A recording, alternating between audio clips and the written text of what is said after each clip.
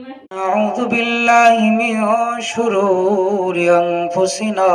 ومن سيئات أعمالنا من يهده الله فلا مضل له ومن يضلله فلا هادي له ونشهد أن لا إله إلا الله وحده لا شريك له ونشهد أن سيدنا ومولانا محمدا عبده ورسوله أما بعد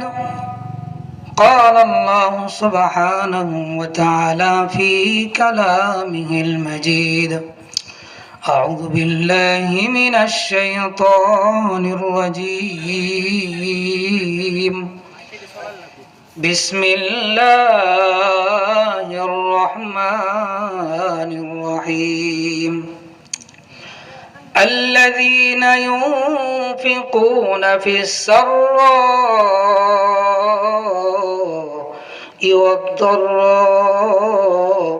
والكاظمين الغيظ والعافين عن الناس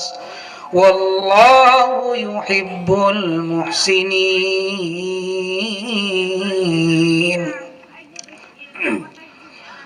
قال رسول الله صلى الله عليه وسلم إن الصدقة لتطفئ غضب الرب وتدفع ميتة السوء أو كما جاء في الحديث الشريف. অধ্যকার আয়োজিত করোয়াপাড়া কেন্দ্রিক জামিয়া মসজিদ কর্তৃক যুব সমাজ এর উদ্যোগে আজকের এই ইসলামী মহাসম্মেলনের সম্মানিত সভাপতি উস্তাজুল আসাতেজা আল্লামা নজরুল ইসলাম সাহেব দামাত বারাকাতুহুল আলিয়া, সহসভাপতি মুফতি আল আমিন সাহেব দামাত বারাকাতুহুল আলিয়া, ভারপ্রাপ্ত নায়েবে মুহতামিম চাঁদশ্রী ফয়জুল মাদ্রাসা এবং আরও সহসভাপতি হিসেবে আসন গ্রহণ করবেন আমাদের সকলেরই নয়নের মণি, যার ওয়াজ শুনে আমরা ছোট থেকে বড় হয়েছি এবং আমাদের এই এলাকায় যিনি সুখে দুঃখে সব সময় আমাদের ধর্মীয় নেতৃত্ব দিয়ে আসছেন, আমাদের মুরব্বী